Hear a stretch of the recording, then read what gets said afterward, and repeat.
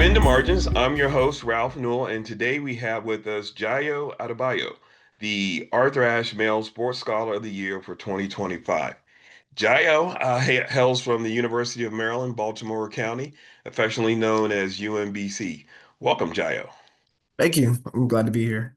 Yeah, thank you. Jayo, you are currently part of the Meyerhoff Scholars program at UMBC. And for those that don't know, it's a program that focuses on increasing diversity in STEM fields. It's a long-running, successful program that, we've covered extensively in the magazine over the years. But, today it's facing a lot of challenges due to, the broader attacks on DEI initiatives. But while the funding and the structure is coming under scrutiny for the Meyerhoff Scholars today, but the core mission of supporting students from underrepresented backgrounds in STEM remains a significant factor in its potential future and how to hold up. So, what initially drew you to UMBC and the Meyerhoff Scholars Program?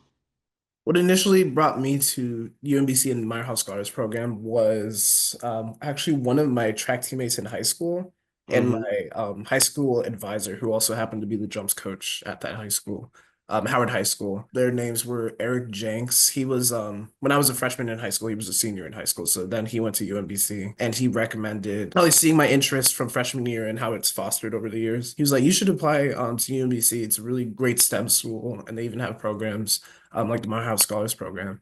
And then as well, my advisor, Mr. David Glenn. Yes, he was my advisor in the jumps coach, but he also like seeing how I've like fostered my interests throughout high school and having me express that I was interested in going into science or medicine. He was like, "Oh, you should look into the Meyerhoff Scholars Program and apply for that. I can recommend you for that. I think it would be really good to foster your skills so that you can get ready for medical school or PhD or whatever you want." And that's what introduced me to Meyerhoff Scholars Program, and that's what got my eyes set on UMBC. Okay. So after doing some reading into it and actually going for they have like a it's like in-person interviews. Hmm. You have like a stay on the campus as well with the actual scholars. So Okay. after that visit and doing my own reading, I was like, I really think this is the place where I need to go to Okay. get myself on track. Given that I'm a first generation medical student, kind of better understand what is it I need to do to prepare myself for not only medical school, but I also learned what a PhD is. I knew what science was, but I didn't know exactly what a PhD entails until Hmm. I went for that interview day and learned about the Meyerhoff Scholars Program. So that also got me interested in a PhD as well. So what I needed to understand in order to pursue both of those degrees. I don't know if you know this now, but you're actually the second overall Ash Scholar winner that we've had from UMBC. The first was a young man named Isaac Matthews. He was in 2007, but he also was track and field athlete at UMBC as well as a Meyerhoff Scholar. So what is it about the program and track that leads to such successful student athletes at UMBC? Some great powers of UMBC itself. Even throughout the athletics, everyone is focused on academic excellence and athletic excellence. It's not just about one or the other.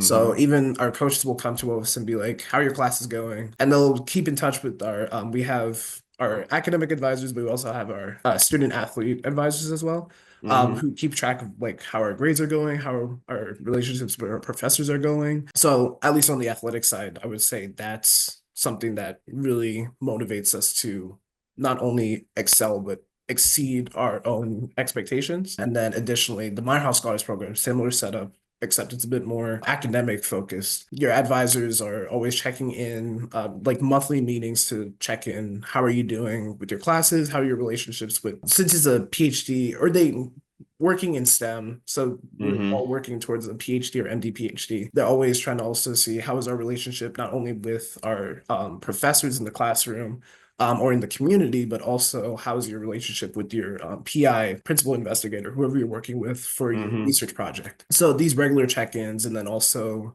making sure that we're staying on track. We're not maybe deviating a bit too much or putting a bit too much on our plate. I would say Hmm. all of those factors together help us grow into these candidates that can actually push forward. So I think the culmination of both those facets would be what is the reason.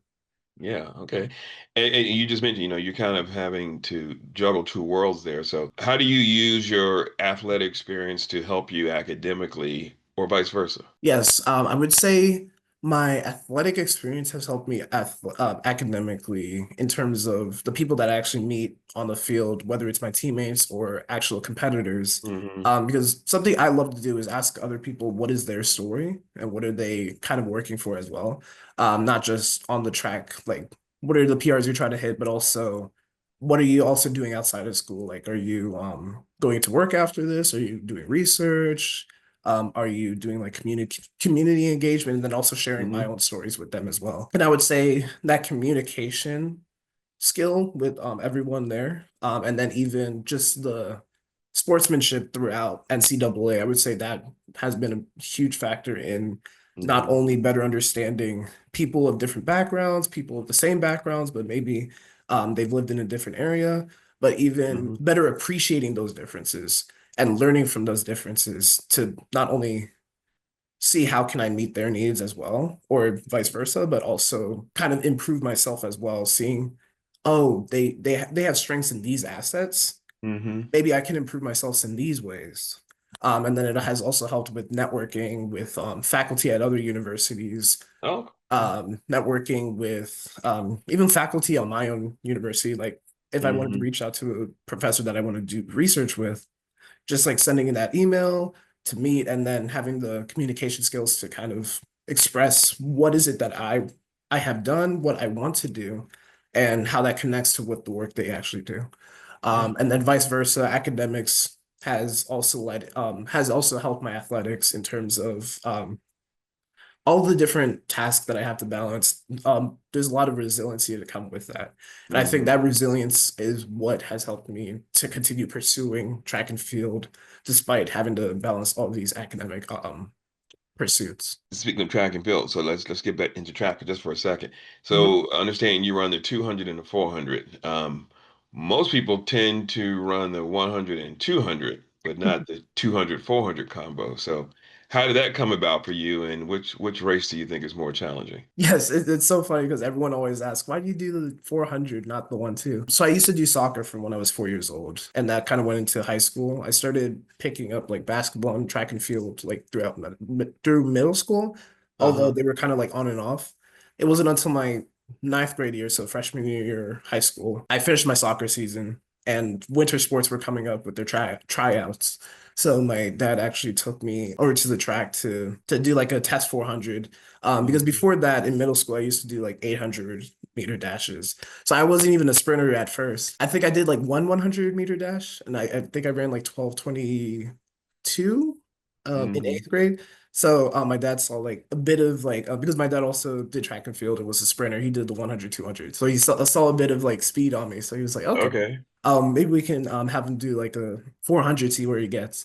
So I did a 400. I ran 57.3, I believe. Hmm. Um, and this was the day before tryouts. So my dad was like, oh, okay, maybe you're a sprinter. So then I went into tryouts, ran the same time. Coaches were really amazed. And they actually made it on varsity from tryouts my freshman year. And then I started running in the 4x4, 4x2. I wanted to run in the 100 just Hmm. because like seeing that I did well in the 400 and then hearing about like my dad's own track and field experience with the 1 and 2. I wanted to run the 1 and 2 to kind of like meet his legacy, so to speak. But Or was it to beat his time? Which one was it now?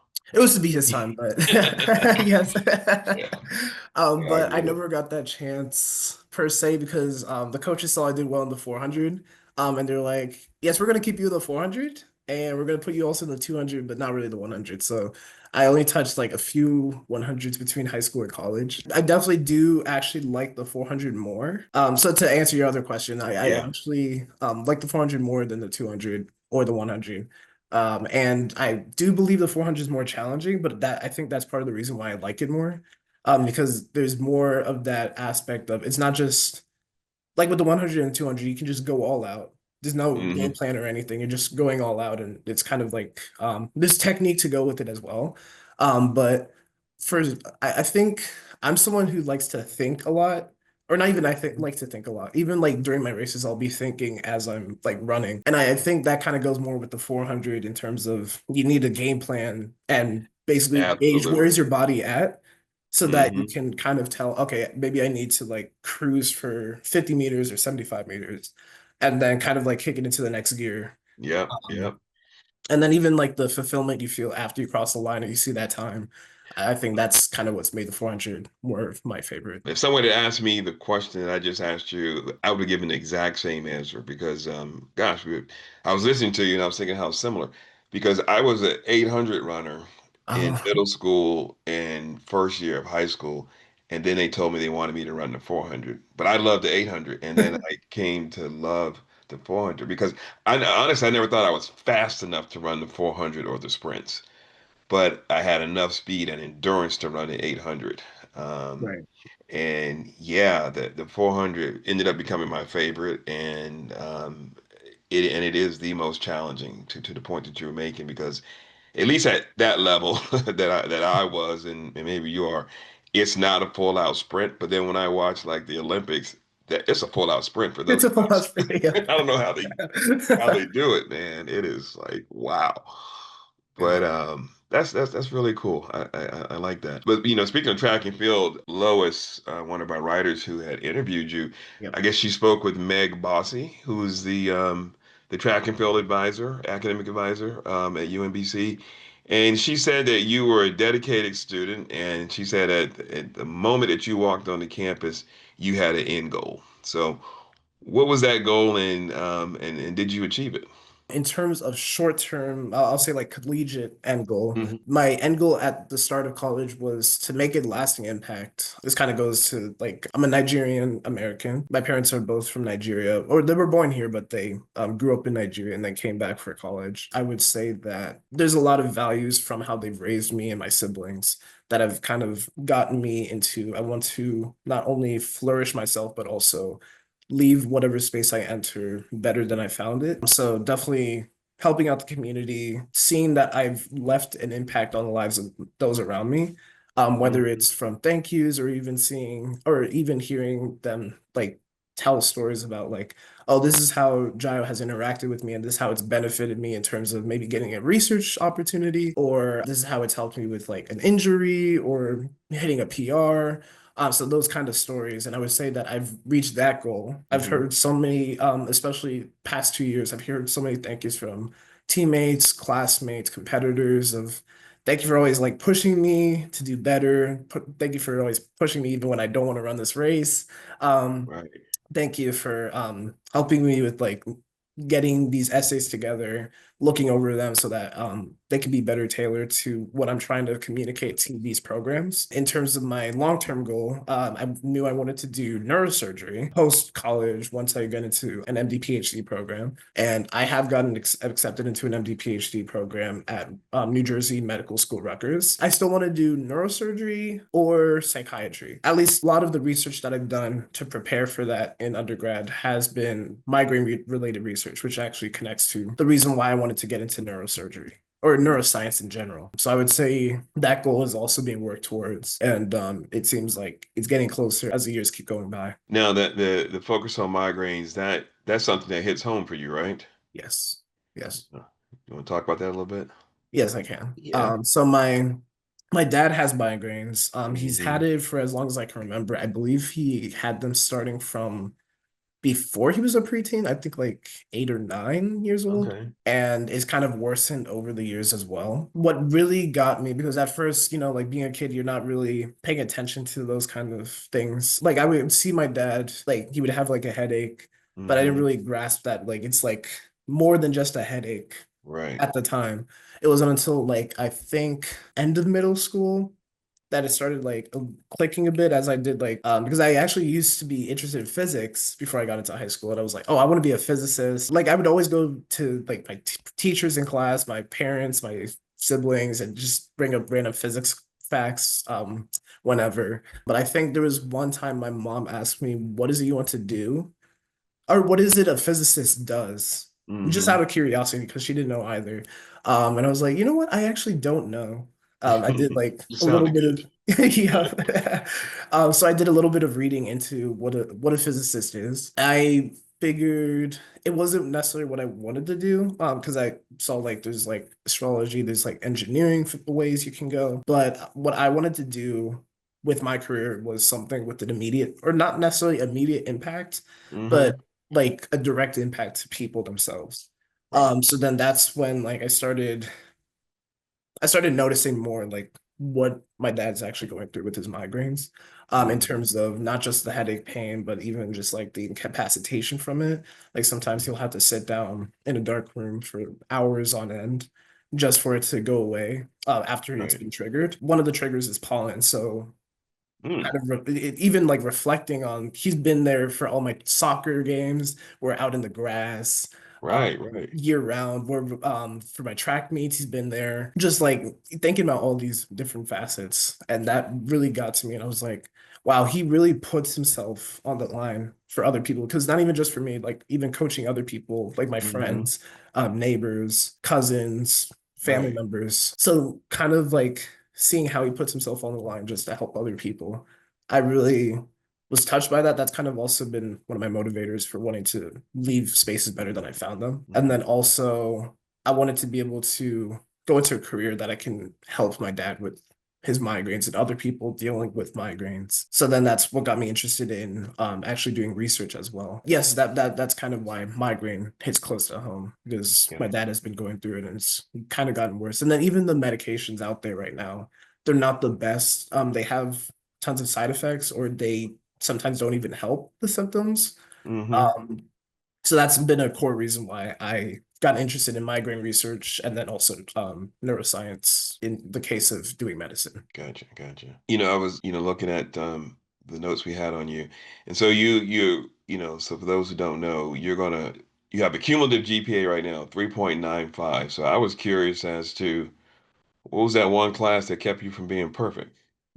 Yes, it's so funny. My mom, because my mom was always like on top of my schoolwork too, or at Hmm. least like going into before coming into college, she would always be on top of like, you got to get these A's, got to get these A's. I remember it was my freshman year and junior year physics classes that actually got me, and what got my mom, because she was riled up at first when she saw the B. She was like, why'd you get a B in the class that you're strongest at? It doesn't make sense. And you don't even need to take these physics classes. And she said this because I actually have a I'm a biochemistry major, physics Hmm. minor. And I was taking upper level physics. So my freshman year, I was taking physics 224, which is vibrations and waves. Usually you don't have to take that credit unless you're a physics major or minor. And then the Hmm. other one that I got to be in was thermodynamics, thermostatistical dynamics. And that one was physics 303, so one of the upper levels. So that's kind of why my mom was like, you didn't even need to take these classes. Why are you ruining your GPA over this? But after a while, she was like, it's okay. You're doing what you want to do, but at the same time, so I would say those classes. Actually, I feel like I shouldn't have gotten B in the first one that I listed, just because with Right. that one, I actually was doing very well in the class until the final exam, that coincided with conferences, and this being my first year, and Mm. COVID year as well. I was like, oh, I can Right. take a final exam while we're waiting at the meet. It didn't go as well as I planned because I actually didn't finish the entire exam that day. Got most of the marks that I completed right, but I only got like 75% done. So Right. that brought me down to the B, which that was actually my first B. So then from there, I learned that I'm one person that I need to kind of separate the school and the athletics to an extent so that my brain's not bouncing back and forth mid-exam, Hmm. Hmm. Hmm. or even mid-competition as well. And then my junior year, thermodynamics, I think I would have gotten B no matter what. It was just Right. kind of kicking my butt throughout the year. I was Hmm. adapting and adjusting throughout, but it was still like a really high like difficulty curve, I would say. I mean, a B is nothing to sneeze at, so Yeah. don't kill yourself. But you how you were just talking about how you have to maybe compartmentalize some of these things. And I think one of the hallmarks of the Arthur Ashe Scholars over the years has been you all have this, commitment to your academics, your commitment to your athletics, and also there's a commitment, and you talked a little bit about this, making the communities better, and or in some cases, some people are fighting for social justice issues. So moving forward, how do you see yourself involved in your community, besides what you said earlier, or what causes or organizations do you think you may be passionate about in the future? Yes, I think causes and organizations that I'm interested in the future is mostly I would say advocacy for people with neurological disorders and psychiatric disorders.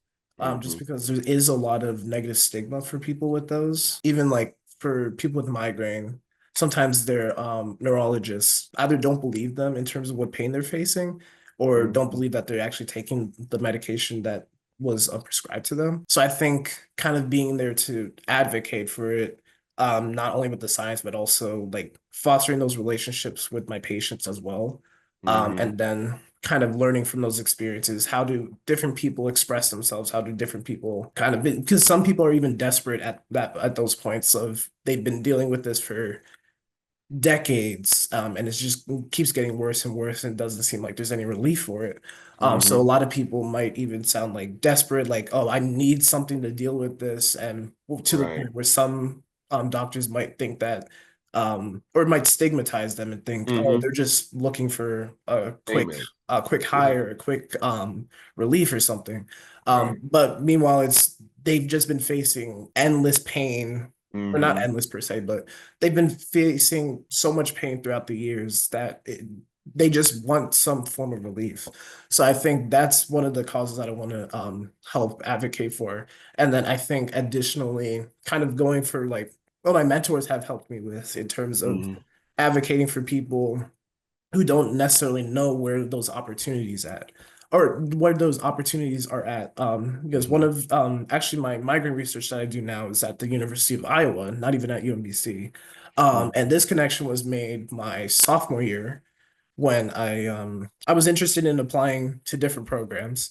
And while I was applying for different programs, I applied to like Harvard, Duke University, or not even Duke University at the time, but Harvard, Memorial Sloan Kettering, Johns Hopkins. I was Hmm. applying to different programs. I got into some of them. I actually got into Harvard. And the funny thing is, as I was doing the applications, Duke was not necessarily on my radar until I spoke Hmm. to my advisors in the Meyerhoff program. And she was like, oh, you should apply to, or oh, we have an alum who actually does neuroscience research at Duke University, and he did track and field here in the Meyerhoff Scholars program. So I think you should connect with him because he's an MD PhD. You want to do MD PhD. You kind of both did track and field, and I think it would be a lasting relationship that you can have. So I reached out to him. I was actually really interested in his work. I looked at some of his papers before I met with him, and he's doing novel research. Oh, so let me name drop him first before I go on, but his name is Dr. Kafui Jarasa. He competed, I think, 1990s. He Okay. competed at UMBC when our current head coach was also competing as well. So they're Another actually track guy. yeah, so they're actually close friends right now. I looked at some of his papers. Basically, he's doing this novel research in terms of trying to find a non-invasive or less invasive way to read the electrochemistry of one person's brain in order to learn, okay, these are the psychiatric disorders that you are prone to, and this is how we can modify, or this is how we can prevent it through electrochemistry or electrical stimulation. So that's Hmm. kind of where his lab is going towards, and they have this one route that they're taking called Links, Hmm. LINCX. But essentially, they're doing some novel research, and I was interested in what they're doing and whether that could connect with what I wanted to do. And as I went into his lab and I started like learning about the different neuroscience practices that they have in terms of studying people, animal models, and kind of connecting the two. Um, Dr. Kafri Jarasa asked me, or I guess I'll backtrack a bit. I did reject Harvard to go to Duke, and this was kind of one of the PowerPoints to what I would say is the power of the Meyerhoff program. Because at first I was like, "Oh, it's Harvard, I have to go." One of my advisors, Mr. Harmon or Mr. Keith Harmon, he was like, "Actually, I'm going to say don't take that offer." And at first I paused myself and I was like, What? right. Yes, I was like, but it's Harvard. And like as respectful as I can be, that like I was like, what? But it's Harvard. Hmm. Meanwhile, I'm like screaming on the inside, like, what does he mean? It doesn't make sense. A lot of the power of the Meyerhoff program is not Hmm. necessarily just in the advisors or just in the students. It's in the conversations you have and kind of weighing the options that you have, patience and even faith sometimes. So in this instance, I had patience to hear him out, faith in like what is the vision he has for me. Maybe he sees something in me that I don't see in myself. And he explained himself and said, you have this one opportunity at Duke University with someone that is exactly tied to what you want to do. But if you go Mm, to Harvard, you may not have that same opportunity. So then you don't right, want to miss that opportunity just because you want to go for a big name. And you right. can still apply to Harvard for MD, PhD if you want to. He was saying that I should take this golden opportunity right there in front of me. Even I have other summers that I could apply to Harvard again if I wanted to. For a Hmm. summer research program. So Yeah. I selected Duke in the end. And then yes, I worked with Dr. Kafui Jirasa. I would say was the best point of this was I still keep a connection with Dr. Kafui Jirasa. He's a Hmm. core mentor for my academic ambitions right now. Even athletics, every now and again, he'll like joke around with me, like, "So when are you gonna break this time?" Or what's going on with track and field? I would say in the academic standpoint, he actually connected me with the person at University of Iowa. Hmm. She was a postdoc from his lab a few years back. So he was like, "Oh, you're interested in migraines?" I literally have someone in University of Iowa doing migraine research. Since my junior year, I've been working virtually, and then during the summers, I went over to University of Iowa to actually work in the lab with Dr. Rainbow Holtman's neuroscience lab. And she has migraine projects that she does with, or migraine studies she does with a mouse model. So that's kind of been the research that I've been mostly doing from junior year up till now. I'm just amazed listening to you, and I'm thinking about my oldest daughter who just graduated last year. I think you guys are same class. But interestingly, she all the way through high school wanted to go to college to do neuroscience research, similar to what you're saying. But she ended up going the economics route. I don't even know how that came about it either. I was listening to what you were saying, and she said the same thing. And I think a lot of students are missing some of the things that you guys are doing as far as fostering these relationships with your professors and using networks. I mean, when you're talking about you were doing something else at the University of Iowa, my daughter was undergrad at William and Mary and she was doing something at the University of Rochester. And I was like, how did you even start doing something at another school? That doesn't even make sense to me. And she said, hey, I was doing this research on this and I saw this guy was doing it and I just reached out, you know.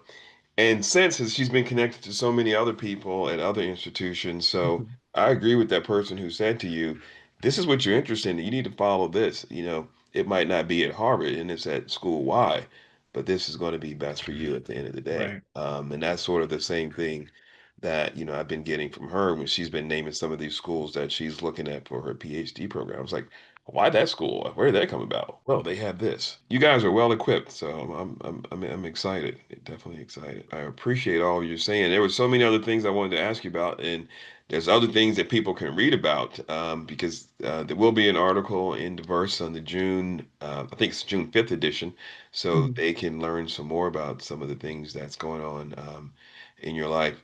We all know you are obviously an outstanding person in the community, a great athlete, and a scholar. We want to find out a few more things about you that maybe a lot of people don't know. So, first question is, what's a personal interest or hobby outside of sports in the classroom for you? Yes, I would say a personal hobby for me outside of the classroom. I have a few. So one of them is just like hanging out with friends. Sometimes we'll like play video games or just like hang out at like a park or something nearby. Another one of those is actually electronics, Okay. to look at like electronics as well. Kind of like getting into the intricacies behind it. I was going to ask you about gaming, actually.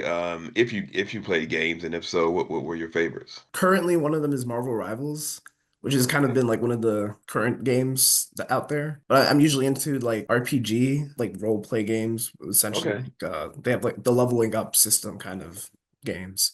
Okay. Just because there's a bit more like creativity and like what you can do with your own character.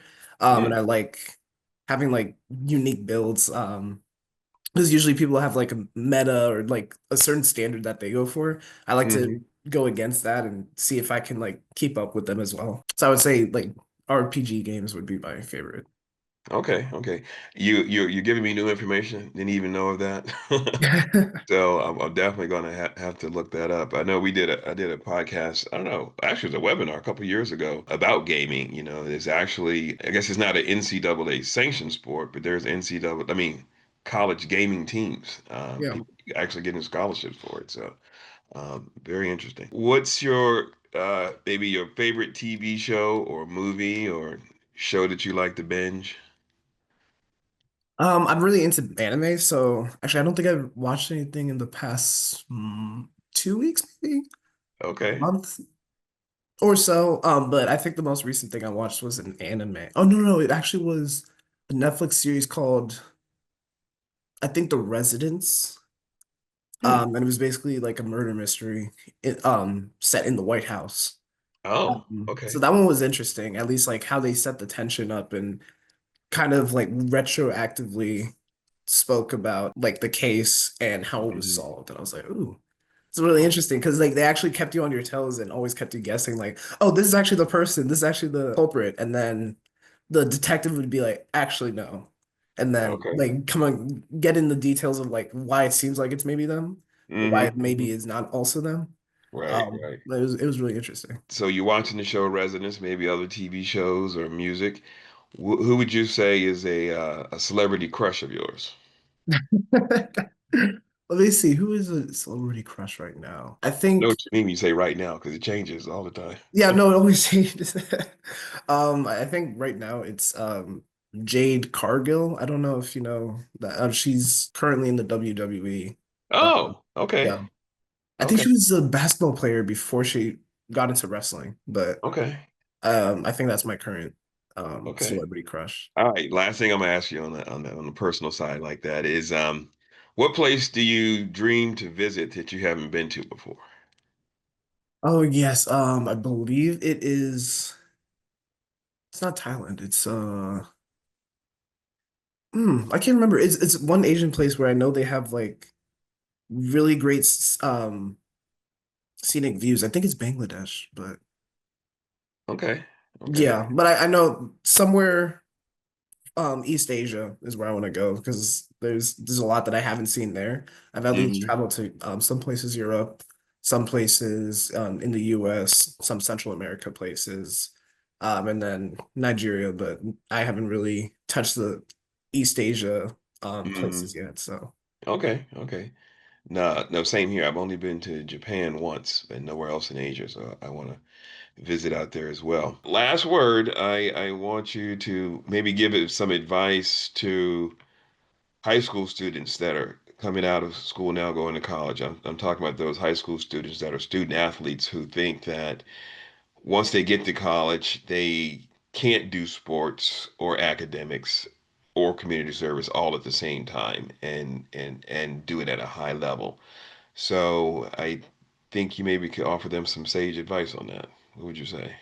yes, I actually always am a big advocate for you can still do athletics with the academics. There might be one thing that I did learn for myself before I do get to my answer is Mhm. I always was like, oh, I can balance everything. But there were times that or lots of stress taught me, okay, maybe I can't do everything at the same time, but there's always a time and place for everything. One thing that I would say is you can pursue your passions in athletics and in academics, but it does take sacrifice and it does take understanding yes, it takes sacrifice, understanding what you need to put in to be able to get out what you want from each facet. In terms of my experience, sometimes you can't do both at the same time. For example, when I was studying for the MCAT, I did try a lot of like putting in as much track and field as I could in that moment.